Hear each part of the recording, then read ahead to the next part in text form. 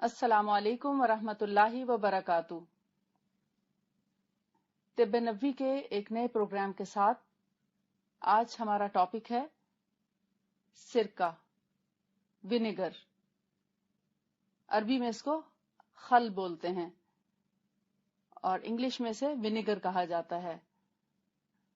رسول اللہ صلی اللہ علیہ وآلہ وسلم جو سرکہ استعمال کرتے تھے وہ انگوری سرکہ تھا، یعنی گریپ ونیگر۔ حضرت جابر بن عبداللہ رضی اللہ تعالی عنہ سے روایت ہے کہ آپ صلی اللہ علیہ وآلہ وسلم ایک دفعہ گھر تشریف لائے اور آپ نے پوچھا کہ سالن تیار ہے؟ تو آپ کی زوجہ مبارکہ نے جواب دیا کہ آج سالن نہیں ہے بلکہ گھر میں سرکہ ہے۔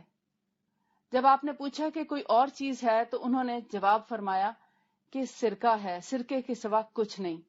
تو آپ نے فرمایا ہاں سرکہ لے آؤ، سرکہ بہت اچھا سالن ہے، سرکہ بہت اچھا سالن ہے۔ آپ نے یہ بات 3 مرتبہ فرمائی اور آپ نے سرکے کے ساتھ روٹی کھائی۔ نبی صلی اللہ علیہ وآلہ وسلم کبھی کھجور کے ساتھ، کبھی سرکے کے ساتھ اور کبھی کسی اور پھل کے ساتھ، مکھن کے ساتھ، دودھ کے ساتھ روٹی کھایا کرتے تھے۔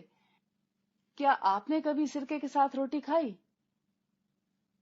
کیا ہم لوگ کھجور کے ساتھ روٹی کھاتے ہیں؟